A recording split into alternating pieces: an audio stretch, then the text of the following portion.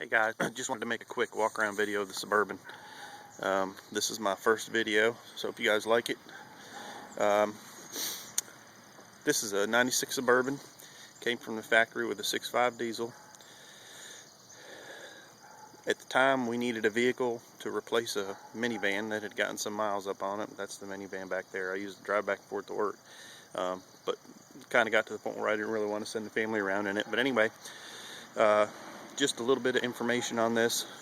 We purchased it in November 2008 and drove it for a little while. When I purchased it, I knew that I wanted to convert it to a different make of a diesel. I'm a fan of the Cummins. I've had one in that truck, and it's gotten real good fuel mileage, very dependable. So I knew that when I bought this vehicle, I wanted to convert it over to having a Cummins in it. But like I said, we bought it in November of 2008, drove it for a while, and started taking it apart and selling off some of the parts in January of 2010. So we drove it for a little while. It stayed parked most of that time just because we had a lot of issues with the 6.5 that was in it. So we started the conversion in January of 2010 and was able to start it up and start driving it July of 2010. So it was 6 or 7 months. And like I said, I wasn't in a really big rush. I kind of worked on it in the evenings after work and stuff like that. And now it's October 2013. So this video isn't more of showing you what we just finished as far as the project part of it goes, but it's more of a video showing you that if you want something dependable that can run for a while, get good fuel mileage, haul the family around in, that's more what this video is about.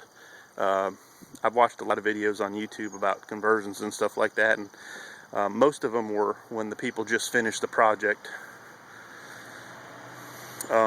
But I always wondered, you know, how long the people had vehicles for. Did they drive good? Were they reliable and that sort of thing? So with that being said, this will probably just be a real quick video. I won't go into a whole lot of detail just for time's sake, but if you have any questions, feel free to post any of your questions. I'll be happy to respond or email or whatever. This vehicle wasn't put together to be a show vehicle. It was more for functionality, fuel mileage, being able to haul a large family around in. So that was the main purpose for this build. Let's see. We'll give it a start up here so you guys can hear it start. The heater grid coils are not hooked up, and this motor starts just as easy in 50-degree weather like it is right now as it does in 20 or 30-degree weather or on a warm day. So with that being said, she fires right up.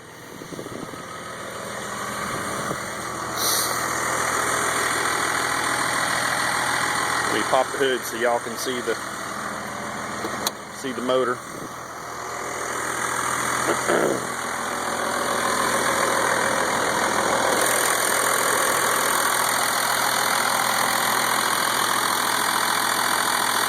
I don't know if y'all can hear me over the motor. It's a 92-year model motor. It has the rotary injection pump on it. The motor is pretty much all stock.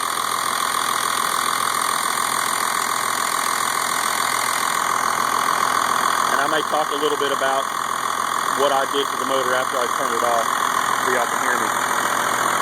Here.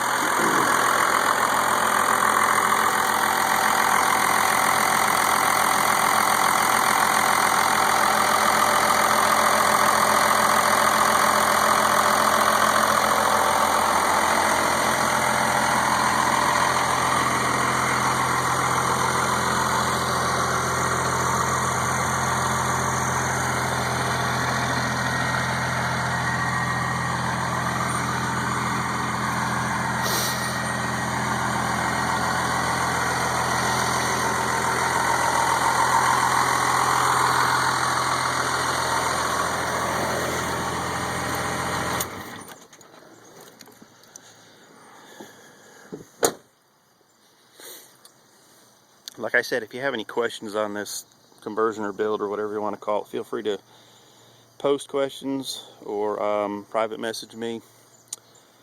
The Suburban was a 96 model, had 225,000 on it when we bought it out of Florida, so it's rust free. There's no rust hardly. I mean, you might see a little bit of speck here and there, but it's completely rust free.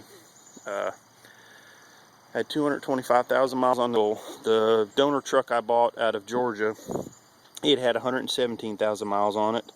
And like I said, this build was trying to stick to a budget and stay close to the economical part of it, if there is a such thing with a conversion like this. But the motor came out of a 92 Dodge D350 two-wheel drive pickup, as did the transmission. I used the most economical way to go for me with the transmission was to use the transmission that was on the motor. I did not have to buy any expensive adapters or anything like that.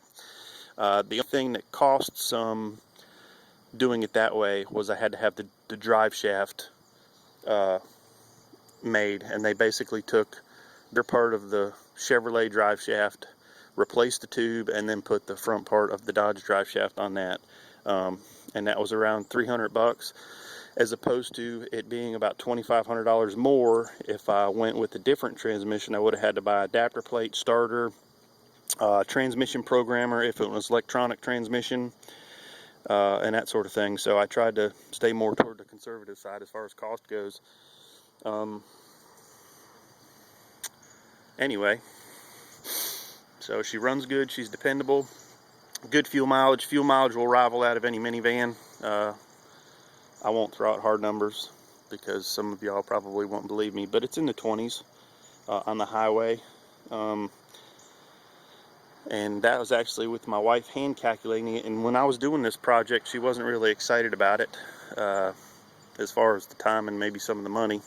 But now it is her main source of transportation, and it's like she doesn't really want to drive anything else. So that part of it worked out to be real good. But anyway, if y'all have any questions, like I said, feel free to comment or post. If you have any things you need answers as far as what I did in certain aspects of this build, feel free to ask me. So anyway, hope you guys have a good one, and we will talk at you later.